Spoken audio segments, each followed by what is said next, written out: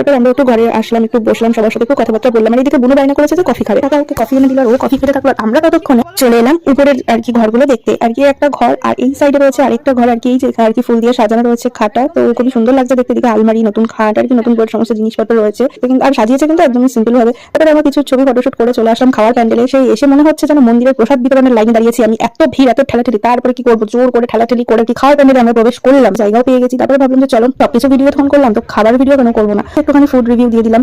খাচ্ছিলাম তখন আমি ফ্রাইড রাইস আর চিকেন কষা, দারুণ হয়েছিল, তাই তোমাদের সাথে একটু শেয়ার করলাম। এখন তাহলে আগে খাওয়া দাওয়াটা সেরে নিই, তারপরে কথা হচ্ছে। খাওয়া দাওয়ার পর আমরা আবার রওনা দিলাম বাড়ি যাওয়ার উদ্দেশ্যে। তো ততক্ষণে কন্যাযাত্রীরাও চলে এসেছিল, তাই ভাবলাম চলো আর ভিন্ন বাড়ি, তাহলে বাড়ি যাওয়া যাক। আর খাবার দিয়ে চলে আসলাম রাস্তাতে, আর এই যে ওখানে কিন্তু বাজনা বাজছিল, তো এই যে গাড়ির কাছে চলে আসলাম। তো চলো আমরা সবাই এখন গাড়িতে উঠে পড়েছি, এখন যাবো বাড়িতে। অনেকদিন পর যেহেতু বিয়ে বাড়িতে এসেছিলাম, তো ভালোই লাগলো আর কি, খুবই মজা করলাম। তো এই যে কথা বলতে বলতে চলে আসলাম বাড়িতে। বাড়িতে এসে কিন্তু আগে আমি কানের চুড়ি এগুলো সব খুলে ফেলেছি, তোমরা দেখতেই পাচ্ছ, কারণ তো ভারী ভারী কানের দুল। তো চলো আজকের ভিডিওটা এখানেই এন্ড করি, দেখা হচ্ছে তোমাদের সাথে নেক্সট কোনো ব্লগে।